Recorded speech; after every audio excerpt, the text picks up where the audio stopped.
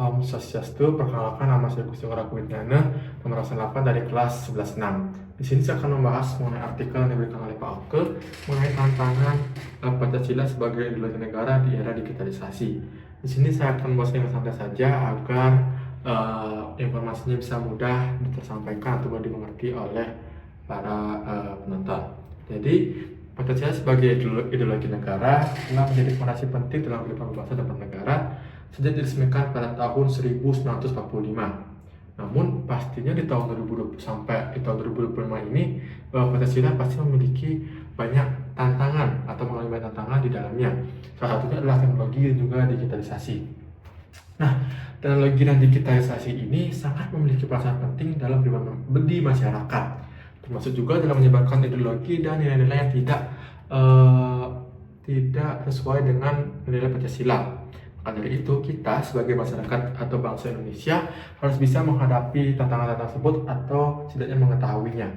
Jadi, yang pertama itu adalah penyebaran ideologi alternatif. Di era digitalisasi ini tidak dipungkiri bahwa informasi itu bisa sangat cepat dan mudah untuk didapatkan. Hal ini bisa berpengaruh kepada penyebaran ideologi bertentangan dengan Pancasila seperti radikalisme, liberalisme, ataupun ekstremisme. Dan juga menurut data dari data gusta.id mengatakan bahwa ternyata masyarakat Indonesia menggunakan handphone selama 6 jam selama sehari. Dan itu di tahun 2021 dan aktivitas pertama juga bertambah. Maka dari itu berapa banyak informasi itu yang kita dapatkan setiap harinya. Maka dari itu kita harus bisa memilih informasi mana yang baik untuk kita dan juga tidak bertentangan dengan nilai Pancasila. Dan juga menurut Badan Nasional Penanggulangan Terorisme atau BNPT mencatat bahwa ternyata terdapat 6.402 konten radikalisme dan terorisme di platform digital hingga Agustus 2025. Dan terdapat 5.074 akun terutama di Facebook, Instagram, juga WhatsApp. Nah, selanjutnya masuk ke bagian yang kedua, yaitu polarisasi dan juga fragmentasi. Kemudahan berkomunikasi dan fragmentasi di era digital juga membutuhkan beberapa tantangan berupa polarisasi juga fragmentasi ini. Jadi sebelum itu kita masuk dulu ke pengertian fragmentasi dan juga polarisasi ini. Jadi fragmentasi adalah perpecahan atau pemisahan individu dan kelompok dalam suatu masyarakat. Dan polarisasi adalah kondisi ketika masyarakat terbelah menjadi kelompok-kelompok yang sangat berbeda, baik dari segi ekonomi, pandangan, identitas maupun nilai hingga sulit untuk menemukan titik tengahnya. Nah, media sosial seringkali digunakan sebagai media provokatif yang digunakan untuk memecah belah masyarakat yang ada di Indonesia. Nah, fenomena inilah yang bisa mengancam nilai Pancasila, yaitu sila ketiga, yaitu adalah persatuan Indonesia. Bagian yang ketiga adalah individualisme juga konsumerisme. Tapi sebelum itu kita masuk dulu ke pengertian individualisme juga konsumerisme itu. Jadi individualisme adalah sebuah filosofi atau cara pandang yang menekankan kebebasan kemandirian, kepentingan individu daripada kepentingan bersama. Jadi lebih mengutamakan urusan pribadi daripada urusan kebersamaan dengan orang lain. Yang kedua adalah konsumerisme, adalah budaya atau perilaku yang mendorong orang untuk membeli dan mengonsumsi barang secara berlebihan dan cenderung bertentangan dengan nilai-nilai Pancasila, terutama sila keempat dan juga sila kelima, yaitu adalah kerakyatan yang dipimpin oleh hikmat kebijaksanaan dalam pemusatan perwakilan serta keadilan sosial bagi seluruh rakyat Indonesia. Konsumerisme dan individualisme yang semakin kuat dapat mengikis semangat gotong royong dan juga solidaritas serta keadilan sosial yang menjadi inti dari Pancasila. Selanjutnya adalah bagian yang keempat, yaitu adalah berita palsu dan juga disinformasi. Satu tantangan terbesar dalam era digital ini adalah penyebaran berita hoax dan juga disinformasi. Informasi tidak benar atau informasi yang hoax seringkali dipelintir untuk memanipulasi opini publik, sehingga menciptakan ketakutan dan memecah belah masyarakat. Sekarang juga marak penggunaan buzzer dan juga video AI yang digunakan untuk memberikan informasi yang palsu dan masyarakat yang gampang dikirim opini yang menggunakan buzzer. Penyebaran berita palsu ini tidak hanya merusak kepercayaan publik terhadap institusi negara, tetapi juga dapat menggerus nilai Pancasila, terutama keadilan, kebenaran, dan juga persatuan. Menurut artikel Analisis Indonesia tahun 2025 menyebutkan bahwa penyebaran hoax oleh buzzer semakin terorganisir dan disinformasi menjadi ancaman nyata bagi ruang digital. Maka dari itu kita sebagai masyarakat Indonesia harus bisa meningkatkan literasi digital agar tidak mudah digiring opininya. Selanjutnya adalah bagian yang kelima, yaitu adalah keterbatasan pengawasan dan juga regulasi.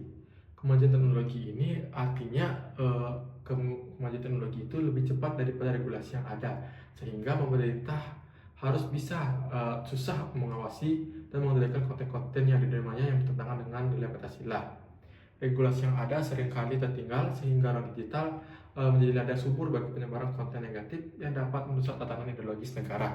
Dan itu keterbatasan kapasitas dan teknologi untuk memonitor seluruh aktivitas juga menjadi masalah. Selanjutnya adalah bagian yang keenam, yaitu adalah kurangnya pemahaman Pancasila di kalangan generasi muda seperti generasi Z ataupun generasi Alpha yang merupakan pengguna utama di teknologi digital yang seringkali kurang memahami apa sih esensi dari Pancasila tersebut, dikarenakan pendidikan Pancasila sekolah dianggap kurang menarik juga ketinggalan zaman, sehingga banyak generasi muda yang tidak benar-benar mengerti apa sih maksud dan juga makna dari nilai-nilai Pancasila tersebut. Di sisi lain, konten digital yang menyebarkan ideologi alternatif lebih menarik dan juga interaktif, membuat generasi muda lebih mudah terpengaruh oleh nilai-nilai di luar Pancasila. Literasi digital Gen Z Indonesia hanya 62%, terendah di ASEAN yang rata-ratanya 70%. Tapi rendahnya literasi ini memperlemah pemahaman Pancasila di kalangan muda. Sekarang kita masuk ke bagaimana cara mengatasinya. Untuk mengatasi tantangan-tantangan tersebut, perlu dilakukan langkah-langkah strategis yang melibatkan berbagai pihak, mulai dari pemerintah, institusi pendidikan, hingga masyarakat umum. Pertama, literasi digital harus ditingkatkan di semua lapisan masyarakat, terutama di kalangan generasi muda, agar mereka dapat mencari informasi dengan bijak dan tidak mudah terpengaruh oleh ideologi-ideologi alternatif yang bertentangan dengan Pancasila. Kedua, perlu ada penguatan pendidikan Pancasila yang lebih relevan dan menarik, baik di lingkungan formal seperti sekolah maupun di platform digital. Selain itu, pemerintah perlu memperkuat regulasi dan pengawasan terhadap konten-konten digital yang mengancam nilai Pancasila.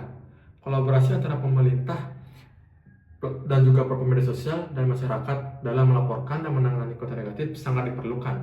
Yang tak kalah penting, semangat gotong royong, solidaritas, dan persatuan yang menjadi inti dari Pancasila harus terus dikampanyekan di dunia digital melalui gerakan-gerakan positif dan konten yang menginspirasi.